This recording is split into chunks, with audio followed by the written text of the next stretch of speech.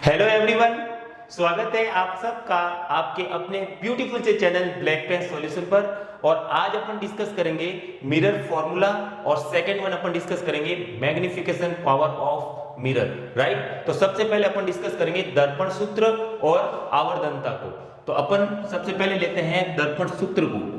दर्पण सूत्र जिसको कहते हैं मिरर फॉर्मूला।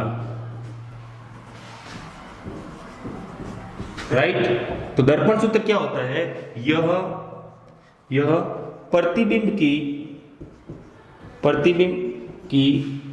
ध्रुव P से दूरी तथा बिंब की ध्रुव P से दूरी तथा फोकस दूरी स्मॉल f के मध्य संबंध को व्यक्त करता है। राइट, तो आपका मिरर जो फॉर्मूला होता है वो 1/f equal to 1/v plus 1/u यह होता है। तो यहां से f इक्वल टू होता है फोकस दूरी, और फोकस दूरी क्या होती है? तो आप कह सकते हो P मतलब ध्रुव व कैपिटल F मतलब फोकस बिंदु के मध्य की दूरी। ठीक है, distance between poles and focus point F। Right, और आपका सेकेंड वन होता है V। तो V क्या होता है? प्रतिबिंब की ध्रुव P से दूरी। ठीक, अब थर्ड क्या होता है? U इक्वल टू बिंब की ध्रुव P से दूरी। राइट, अब देखो यहां से मैं एक दर्पण बना रहा हूं। ये वाला दर्पण कौन सा हुआ? तो आपका होगा सर अवतल दर्पण। क्या हुआ? अवतल दर्पण। तो आप सब जानते हो ये इंफिनिटी होता है। फोकस पॉइंट यहाँ पे कहाँ आएगा? यहाँ पे क्या आएगा? C। सपोज करो वस्तु अनंत और C के मध्य पड़ी है, तो यहाँ से इसका प्रतिबिंब कहाँ बनेगा? तो आपका होगा सर फोकस से होके जाएगी। जब प्रकाश की समांतर किरण मुख्य अक्ष के समांतर आती है तो टकराण प्रसा कहाँ जाती है? F से जाती है, और जब F से आती है तो टकराण प्रसा क्या हो जाती है? मुख्य अक्ष के समांतर हो जाती है। तो आपका प्रतिबिंब कहाँ बनेगा? यहाँ पे बनेगा। ठीक है, तो मैंने क्या कहा? यहाँ से फोकस दूरी कौन सी होगी? तो आपके होगी सर ध्रुव। आपके ध्रुव कौन सा है यहाँ पे? ये वाला ध्रुव और F के मध्य की दूरी, ये वाली क्या कहलाएगी? Small f। प्रतिबिंब की ध्रुव P से दूरी, तो प्रतिबिंब कहाँ बन रहा है? यहाँ पे बन रहा है। ध्रुव कहाँ है? यहाँ। तो इसके मध्य की जो दूरी होगी उसको अपन क्या बोलेंगे? V बोलेंगे। यहाँ पे क्या बोलेंगे? V। और नेक्स्ट आ रहा है बिंब की ध्रुव P से दूरी। तो बिंब कौन सा है आपका पास? ये वाला। इसको अपन बोलते हैं वस्तु या बिंब। क्या बोलते हैं? वस्तु या बिंब।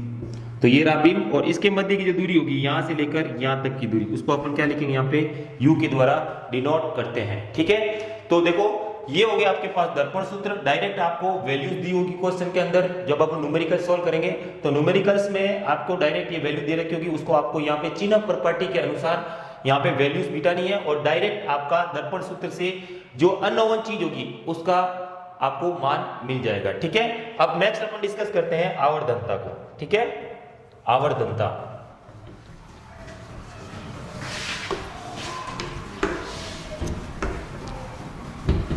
तो देखो आवर्धनता क्या होती है?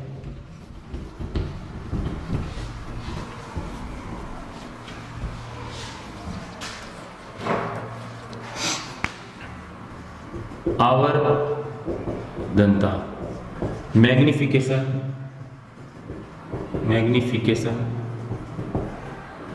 Power of mirror. ठीक है, तो आवर्धनता क्या होती है? किसी बिंब के प्रतिबिंब को दर्पण द्वारा आवर्धित मतलब बड़ा या छोटा आवर्धित करने की क्षमता को उस दर्पण की आवर्धनता आवर्धनता कहते हैं। यह प्रतिबिंब की ऊंचाई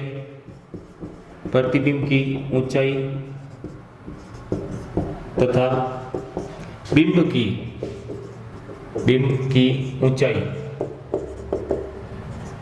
ऊंचाई का अनुपात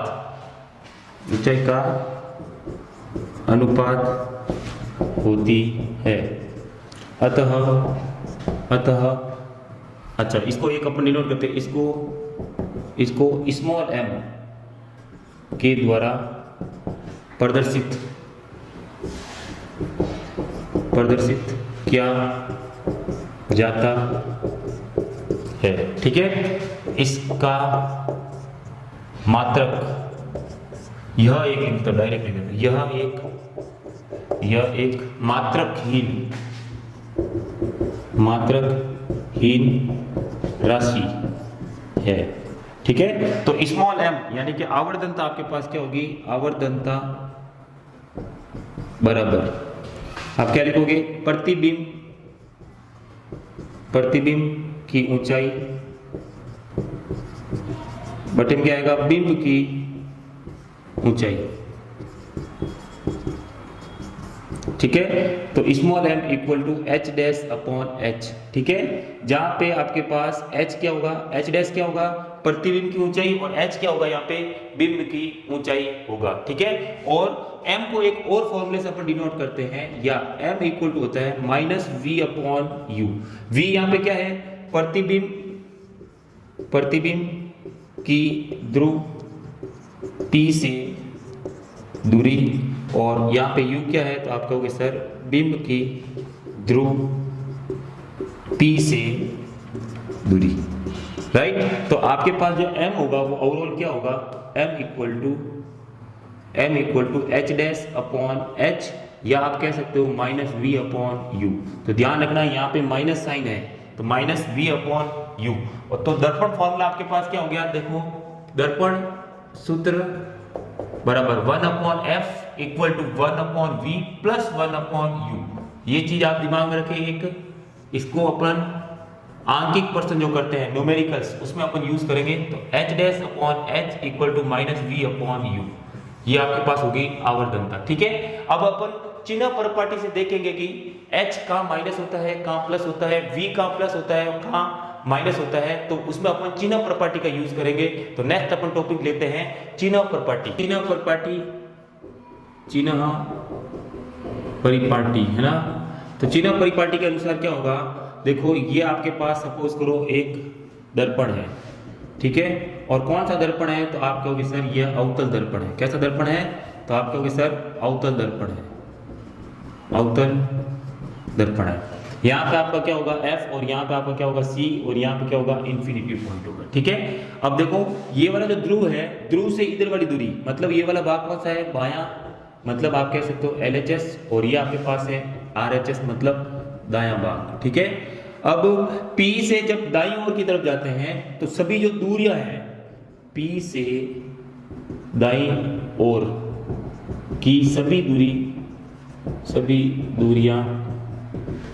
दूरियां धनात्मक, इधर वाली दूरी किसमें लेंगे, धनात्मक ली जाती है। जबकि P से दाईं ओर इधर की तरफ जाएंगे तो अपन क्या लेंगे, P से बाईं ओर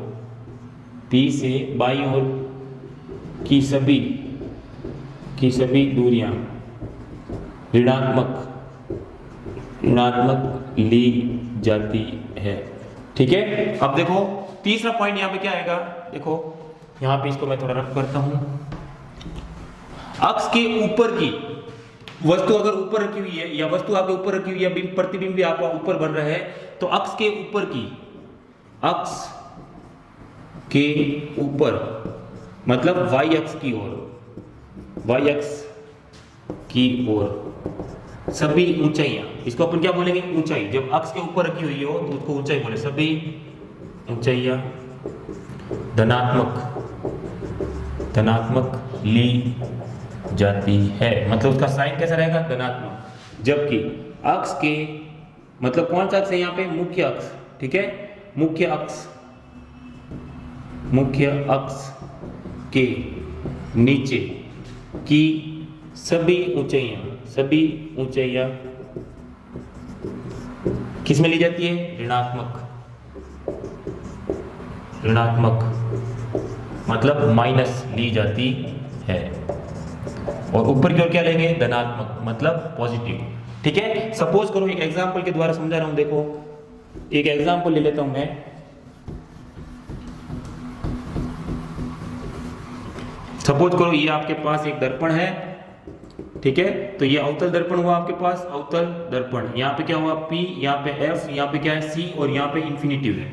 जब वस्तु आप अनंत और C के मध्य रखते हो यहाँ पे, तो प्रतिबिंब कहाँ बनता है? तो आपको पता है C और F के बीच में बनता है, और क्या बनता है? छोटा बनता है। ये चीज आपको पता होनी चाहिए। ठीक है, तो देखो कैसे आया वो भी देख लो एक बार। प्रकाश किरण जाएगी समांतर, कहाँ से गुजरेगी? F से, और जब F से आएगी तो मुख्य अक्ष से क्या हो जाती है? समांतर हो जाती है। तो आपका कट यहाँ करेगा तो आपका प्रतिबिंब यहाँ बनेगा। ठीक है, तो जो आपका U होगा, U हमेशा क्या होगा? इसका ऋणात्मक होगा। U कैसा होगा? ऋणात्मक। क्यों होगा ऋणात्मक? तो आप खुद सोचो, वो ध्रुव के इधर की ओर है। V भी आपका क्या होगा? ऋणात्मक, क्योंकि वो ध्रुव के इधर की ओर स्थित है।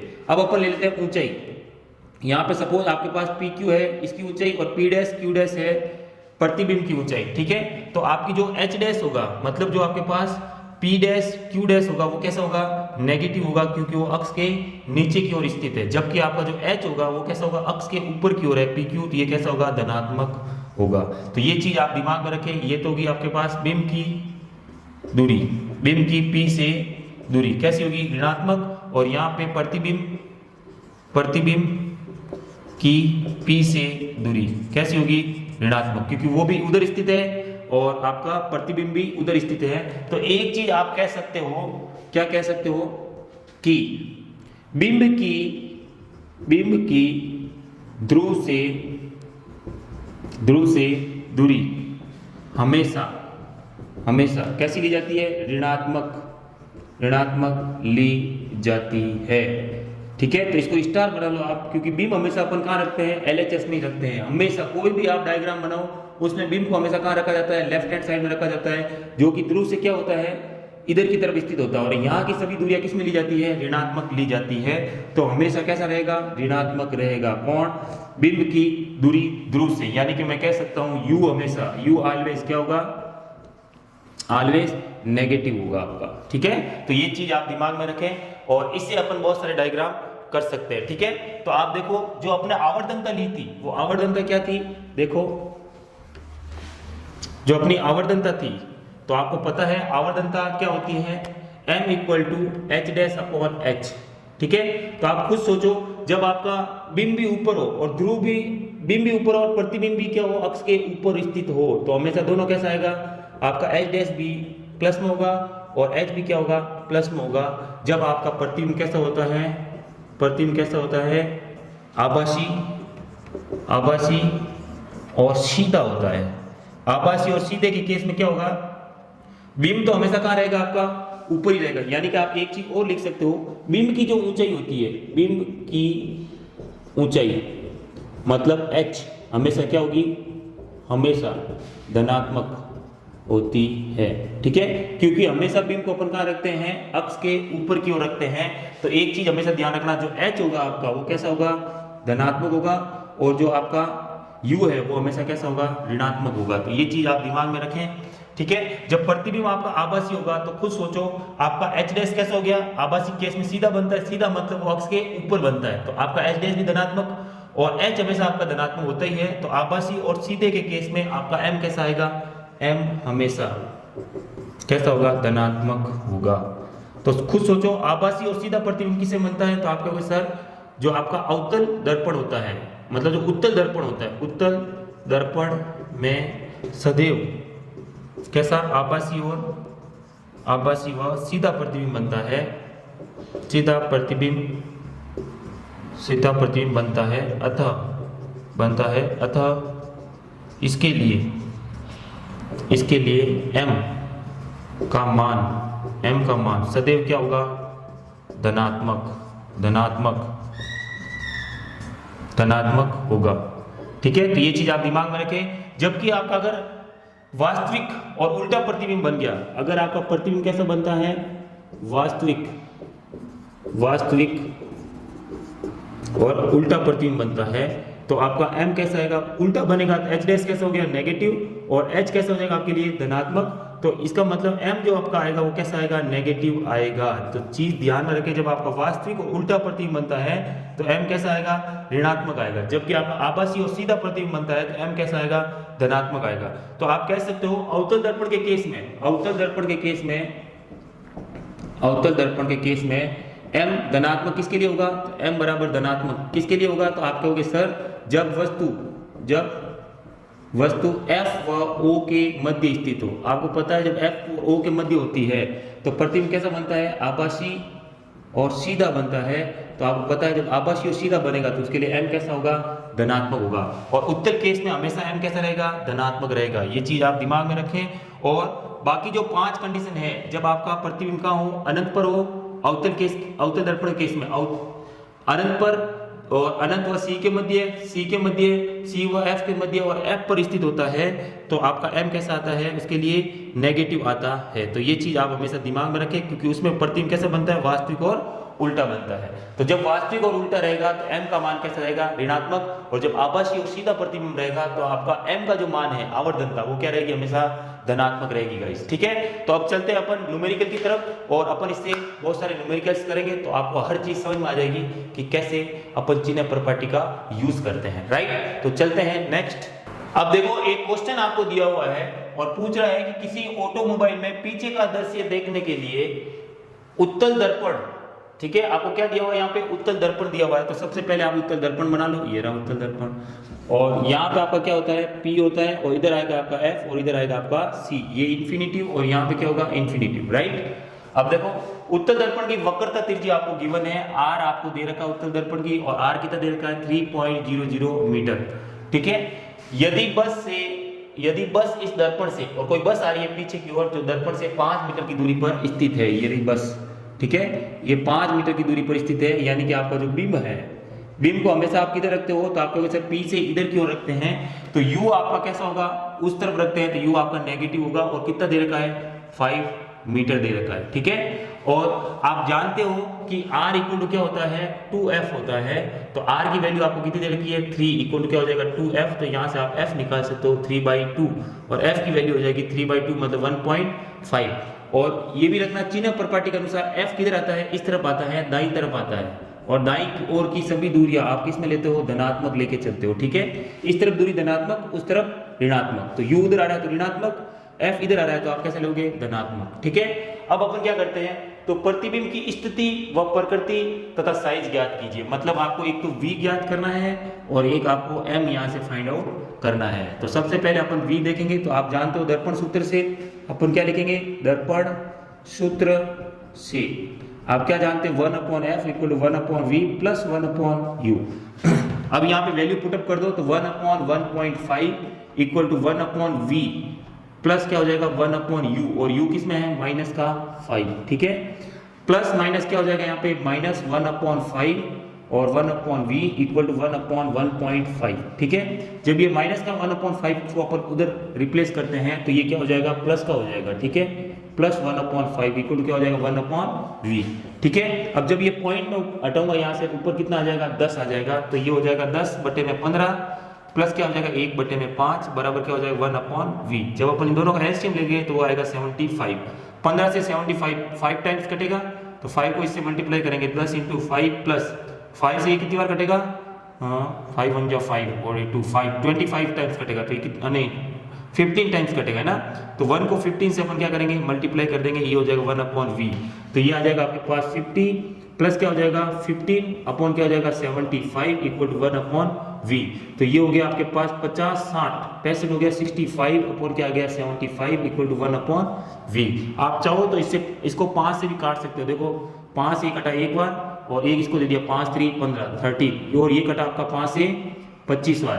25 पंजे कितना होता है, नहीं 5 से कितनी बार कटेगा, 5 1 5 1 और 2 इसको दिया 55 25, यानी कि 15 टाइम्स कटेगा। तो ये आपका जो आएगा 13 अपॉन कितना आएगा, 15 इक्वल टू 1/v।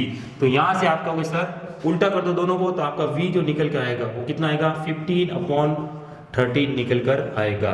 और ये कैसा आ रहा है, पॉजिटिव आ रहा है। इसका मतलब आपका जो V होगा वो किसमें होगा, दर्पण के अंदर की तरफ स्थित होगा, मतलब V आपका यहाँ पे कहीं आएगा। ठीक है, अब आप क्या करो, m की वैल्यू फाइंड आउट कर लो। तो m इक्वल होता है h डैश अपॉन h। अब h डैश और h अपनों को गिवन नहीं है तो अपन क्या रखेंगे, minus v upon u, second formula अपन यूज करेंगे। अब v की वैल्यू आपको पता है कितनी है, तो आप कहोगे सर 15 अपॉन 13, ये माइनस किसका है, फॉर्मूले का है, और ये v की वैल्यू होगी, और नीचे अपन और रखते हैं u की वैल्यू। तो u की वैल्यू कितनी है, तो आप देखो यहाँ पे कितनी है, माइनस क्या 5 है, ये देखो u -5, तो यहाँ पे अपन रखेंगे -5। देखो इस माइनस से ये माइनस कट जाएगा, और 5 से कितनी बार कटेगा, 3 बार कटेगा। ठीक है, तो यहाँ पे आ जाएगा आपका 3 अपॉन क्या आ जाएगा 15। देखो माइनस से माइनस कट गया, 5 से कट गया 3 बार, तो 3 बटे में क्या आ गया 15 आ गया। ठीक है, अब 3 से आप चाहो तो इसको काट भी सकते हो। देखो ये आ गया आपका 13 है, सॉरी यहाँ कितना है 13 है।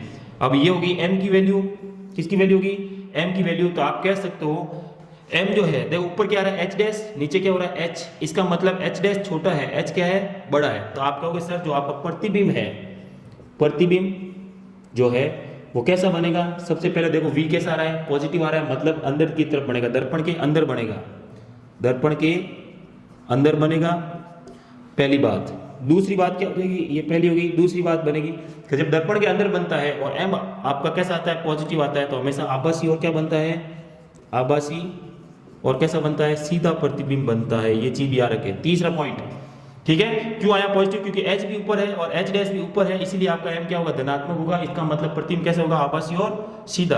और तीसरा पॉइंट आपका आ जाएगा कि देखो ये होगा प्रतिबिंब और ये होता है बिंब, यानी कि बिंब तो आपका बड़ा है, प्रतिबिंब क्या है, छोटा है। तो आपका प्रतिबिंब जो होगा वो कैसे बनेगा, बिंब से छोटा बनेगा गाइस। ठीक है, तो आप ऐसे न्यूमेरिकल कर सकते हो। तो एक दो न्यूमेरिकल अपन और लेते हैं। ठीक है, तो देखो नेक्स्ट न्यूमेरिकल।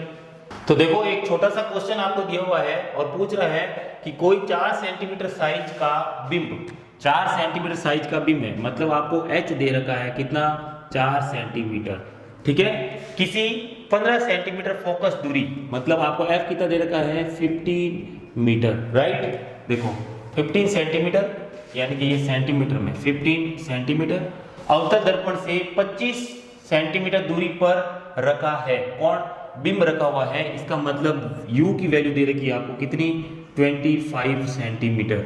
और पूछ रहा है दर्पण से कितनी दूरी पर किसी पर्दे को रखा जाए कि स्पष्ट प्रतिबिंब प्राप्त हो, मतलब आपको v की वैल्यू निकालनी है और प्रतिबिंब की प्रकृति तथा साइज ज्ञात कीजिए। तो आपको यहाँ से h डैश भी निकालना पड़ेगा और आपको प्रकृति और प्रकृति देखनी है, तो आपको m भी यहाँ से निकालना पड़ेगा। तो सबसे पहले देखो आपको अवतल दर्पण दे रखा है, तो ये रहा अवतल दर्पण, ये देखो ये रहा अवतल दर्पण, और यहाँ पे आपका क्या हो गया P, और यहाँ पे F, और यहाँ पे C, ये इन्फिनिटिव, ये इन्फिनिटिव, राइट।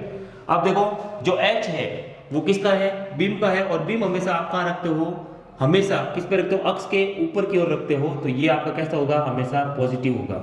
और देखो अवतल दर्पण के लिए F कहाँ रहती है, आपकी इस दिशा में रहती है, मतलब किस तरफ, बाईं ओर रहती है, ये वाली दाईं ओर। ठीक है, तो बाईं ओर की दूरियां सभी अपन किस में लेते हैं, नेगेटिव। तो आपको पता है कि अवतल दर्पण के लिए F कैसा होगा, नेगेटिव। और U हमेशा किधर रखते हैं अपन, सबको पता है कि बाईं ओर हमेशा वस्तु को रखा जाता है, तो U की वैल्यू सदैव क्या होगी, नेगेटिव होगी।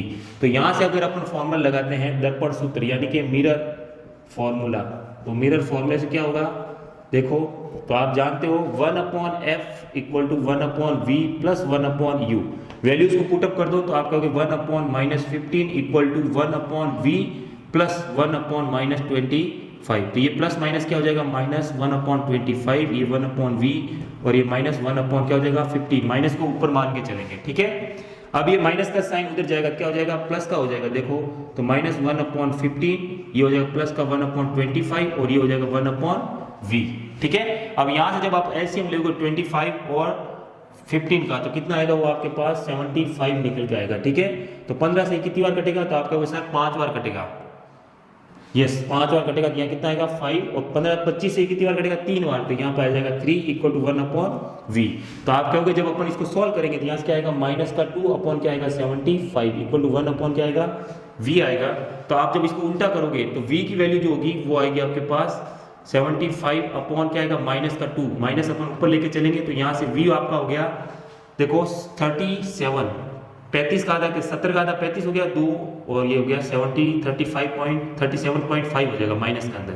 ठीक है, तो ये आपके पास किसकी वैल्यू आएगी, v की वैल्यू आएगी। तो इसका मतलब आपका v भी किधर बनेगा, इस तरफ बनेगा। ठीक है, और तुम जानते हो इस तरफ बनता है तो हमेशा क्या बनता है, वास्तविक और सीधा बनता है। तो अभी आपको पता चल जाएगा किससे, m से पता चल जाएगा। m इक्वल क्या होता है, h डैश अपॉन h, और यहाँ पे ये होता है माइनस v अपॉन u। ठीक है, अब देखो यहाँ से माइनस v अपॉन u, तो आपको v की वैल्यू आपको पता चल गई कितनी होगी, तो आपको सर माइनस, ये साइन किसका है, फॉर्मूले का, और v की वैल्यू वापस कितनी होगी, माइनस 75 बाई कितना हो गया 2। ये किसकी वैल्यू है, v की वैल्यू है। डिवाइड में करेंगे अपन 1 अपॉन u बट्टे में आएगा, देखो इसके साथ में लिख सकता हूँ क्योंकि 2 डिवाइड में है। ठीक है, और u भी यहाँ पे क्या है, डिवाइड में। तो u की वैल्यू कितनी है, तो आप कहोगे सर जो u की वैल्यू है वो कितनी है, माइनस 25। ये देखो माइनस 25, इस माइनस से ये माइनस कट जाएगा तो आपका एक माइनस यहाँ पे बचेगा, तो आंसर किस में आएगा, माइनस में आएगा। 25 से कितनी बार कटेगा, 25 या 75, तो 3 बटे में कितना आएगा 2। ये किसकी वैल्यू आएगी, m की वैल्यू आएगी। इसका मतलब आपका प्रतिबिंब तो बन रहा है बड़ा और बिंब बन रहा है छोटा, क्योंकि नीचे क्या होता है, बिंब होता है। देखो ये रहा बिंब, बिंब की ऊंचाई h, प्रतिबिंब की ऊंचाई h डैश, तो ये आ रहा है 3h डैश, और h कितना आ रहा है 2, यानी कि आपका प्रतिबिंब क्या होगा, पहली बात तो आपका प्रतिबिंब जो होगा वो कैसा बनेगा, पहली बात माइनस में आ रहा है, इसका मतलब वास्तविक और उल्टा बनेगा। और दूसरी बात होगी कि आपका जो प्रतिबिंब है वो बिंब से क्या होगा, बड़ा होगा, क्या होगा, बड़ा बनेगा। ठीक है, और यहां से एक वैल्यू और निकाल सकते हैं आप, क्या निकाल सकते हो, साइज निकाल सकते हो, क्योंकि आपको h गिवन है। ठीक है, तो आप जानते हो कि m बराबर क्या आ गया आपके पास, m बराबर होता है h डैश अपॉन h, और m की वैल्यू तुमने निकाली कितनी होगी, माइनस 3/2 हो गई।